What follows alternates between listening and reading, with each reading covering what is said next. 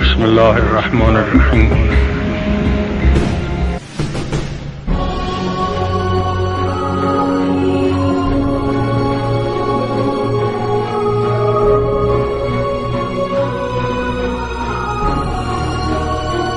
افسانه یهود.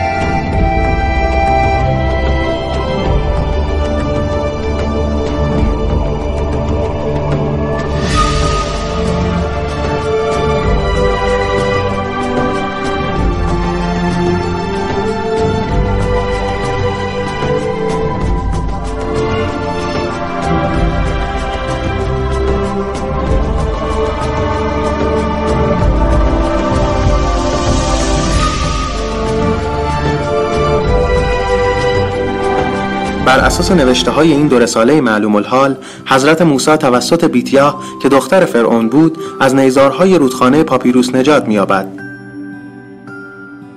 همانطور که جمونگ توسط دختری اشرافزاده از باطلاق یک نیزار نجات می‌یابد.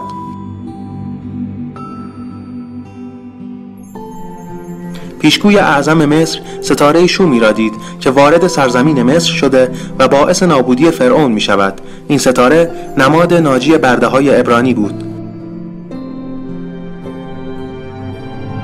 همانطور که پیشگوی اعظم بویو پرنده‌ای را دید که خورشید بویو را پوشانده است و از آن به عنوان نماد ولادتی شوم تعبیر کرد که باعث نابودی امپراتوری بویو می شد. همچنین بر اساس رساله معلوم الحال فایلو، حضرت موسی عاشق بیتیا می شود، اما در زمانی که همه تصور می کردند موسی در بیابان کشته شده، بیتیا با شخص دیگری ازدواج می کند. همانطور که جمونگ عاشق سوسانو می شود، اما در زمانی که همه فکر می کردند او کشته شده، سوسانو با شخص دیگری ازدواج کرد. حضرت موسی با دختری ازدواج نمود که او را از مرگ در بیابان نجات داده بود. همانطور که جمونگ با دختری ازدواج کرد که او را از مرگ نجات داد.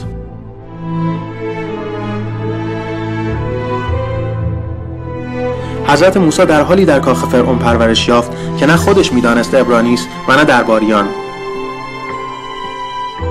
همانطور که جمونگ نیز در بارگاه امپراتوری بویو پرورش یافت در حالی که نه خودش می‌دانست از اهالی چوسان است و نه درباریان. با توجه به علاقه‌ای که رامسس اول نسبت به حضرت موسی داشت، حضرت موسی تهدیدی برای جانشین شدن رامسس دوم بود. همانطور که علاقه امپراتور گوموها نسبت به جمونگ باعث تبدیل شدن او به تهدیدی برای جانشین شدن تسو شد. حضرت موسی وقتی که متوجه اشرافزاده نبودن خودش شد، همدردیش را با بنی اسرائیل آغاز نمود و با اختیاراتی که داشت در پی حمایت از آنان برآمد. همانطور که جمونگ وقتی که متوجه اشرافزاده نبودن خودش شد، همدردیش را با اهالی چوسان آغاز نمود و با اختیاراتی که داشت در پی حمایت از آنان برآمد.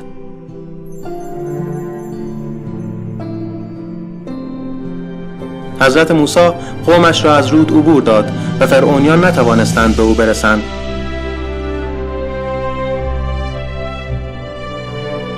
همانطور که جمونگ همراهانش را از رود عبور داد و دشمنانش نتوانستند به او برسند.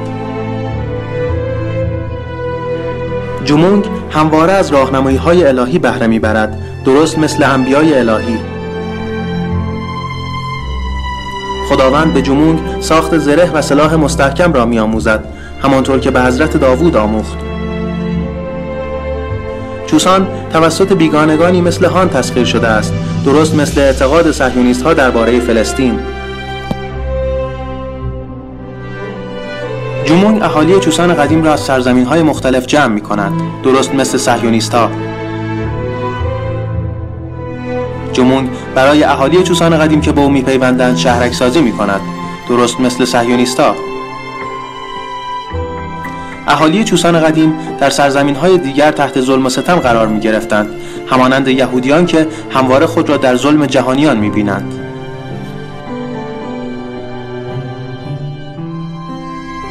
جمونگ در این داستان حق دارد که از سلاح‌های نامتعارف برای رسیدن به هدفش استفاده کند، همانطور که رژیم صهیونیستی نیز اینگونه عمل می‌کند. جمونگ به دنبال اسناد و اشیاء مربوط به اجدادش می‌گردد.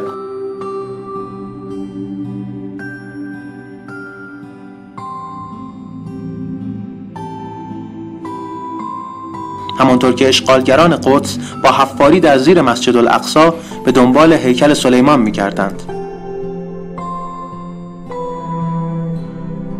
جمونگ اسمی مرکب از دو کلمه جو به معنای یهودی و مونگ به معنای راهب است، در حالی که نام اصلی این شخصیت دانگ میونگ سونگ وانگ است، نه جمونگ. جوسان یا چوسان نیز اسمی مرکب از دو کلمه جو به معنای یهودی و سان به معنای خورشید است. جالب اینجاست که عبارت خورشید یهود در تورات به معنی ارض موعود به کار رفته است.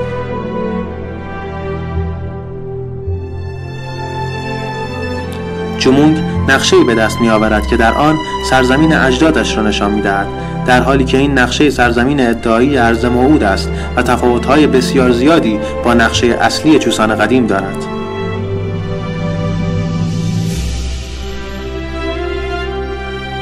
جولبون نیز اسمی است مرکب از دو کلمه جو به معنای یهودی و لبن به معنای لبنان که اشاره به داستان تسخیر لبنان توسط بنی اسرائیل دارد و تورات نیز به تشریح این واقعه می‌پردازد.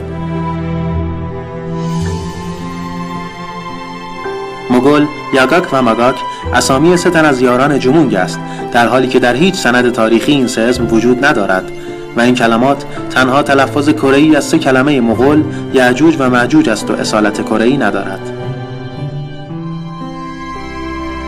شخصیت سوسانا ترکیبی است از دو بانوی یهودی که نقش بسیار مهمی در تاریخ یهود ایفا نمودند. اولین فرد بانو دبورا است که بنابر فصل 4 و 5 کتاب شرفتیم از مجموعه عهد عتیق بر سربازان سیسرا پیروز می‌گردد. دومین فرد زنی یهودی به نام گراسیاناسی، تاجر معروف یهودی است. بیشترین قسمت از تجارت گراسیا به ادویه، دارو و نمک مربوط می‌شد.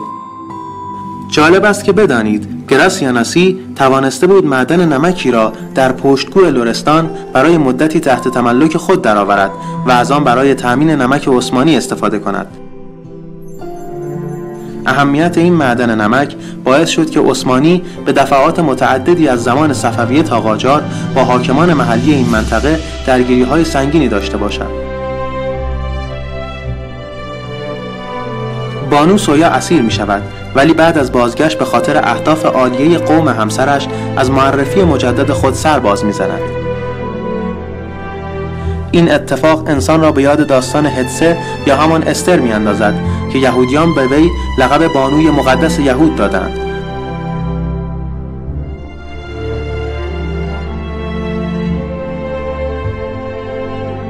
او همان کسی است که همسر خشایارشاه یعنی داماد مقدس یهود می شود و به واسطه اینکه استر از سوی ایرانیان متوجه خطری برای قومش شده بود، خشایارشاه دستور قتل 77,000 ایرانی را صادر می کند.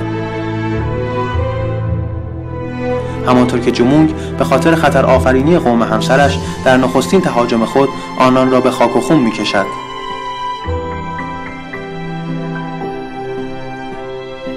نکته حائز اهمیت دیگر وجود بانوان پیشگو در این سریال است که در تضاد با هنجارهای پذیرفته شده آن زمان در مشرق زمین است.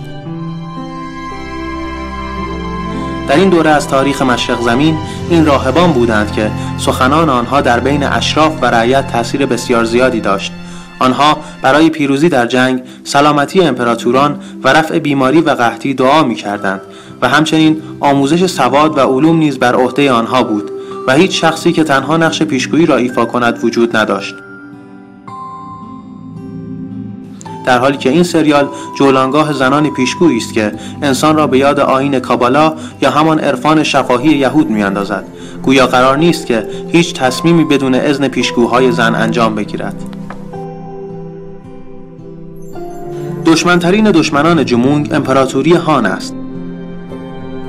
بر اساس آنچه در این سریال نمایش داده می شود و نه آنچه حقیقت تاریخی است، این امپراتوری موفق می شود که شمشیر فولادی و زره نفوذناپذیر بسازد.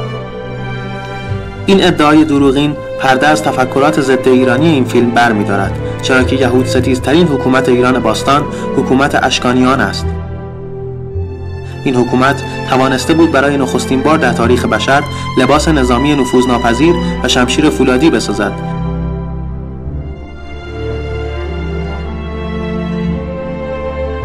امپراتوری هان در سراسر تاریخ خود هیچ زمانی سوار نظامی که سرباز و اسبش پوشیده از زره نفوذناپذیر باشد را به خود ندیده است و این پوشش مختص سوار نظام فولادین ایران در زمان اشکانیان است. با وجود پیروزی‌های زیادی که اشکانیان به وسیله این زره‌ها به دست آوردند، زمانی رسید که یکی از سرداران سپاه روم به نقطه ضعف این زره‌ها پی برد. سردار رومی ماریوس دریافته بود که میتواند با پرتاب قلاب‌هایی به طرف کلاهخود این زره‌پوش‌ها کلاهخود را از سر آنان جدا کرد و سر از تن این سربازان جدا کند. در اینجا نیز نویسنده با حذف تکواژ اسمساز یونانی یعنی اوس از اسم سردار رومی اسم یکی از یاران جمونگ به نام ماری را ساخته است که این شخص به ضعف زره‌پوش‌های امپراتوری هان پی میبرد. همه تصور میکنند که یوری در دوران کودکی کشته شده است، همانطور که همه فکر میکردند کوروش در دوران کودکی کشته شده است. یوری در دوران جوانی به راهزنی مشغول است، همانطور که کوروش در دوران جوانی راهزنی میکرد.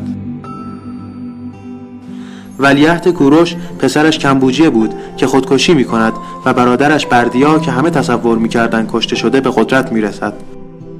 گمان میکنید که وجود این همه شباهت اتفاقی است؟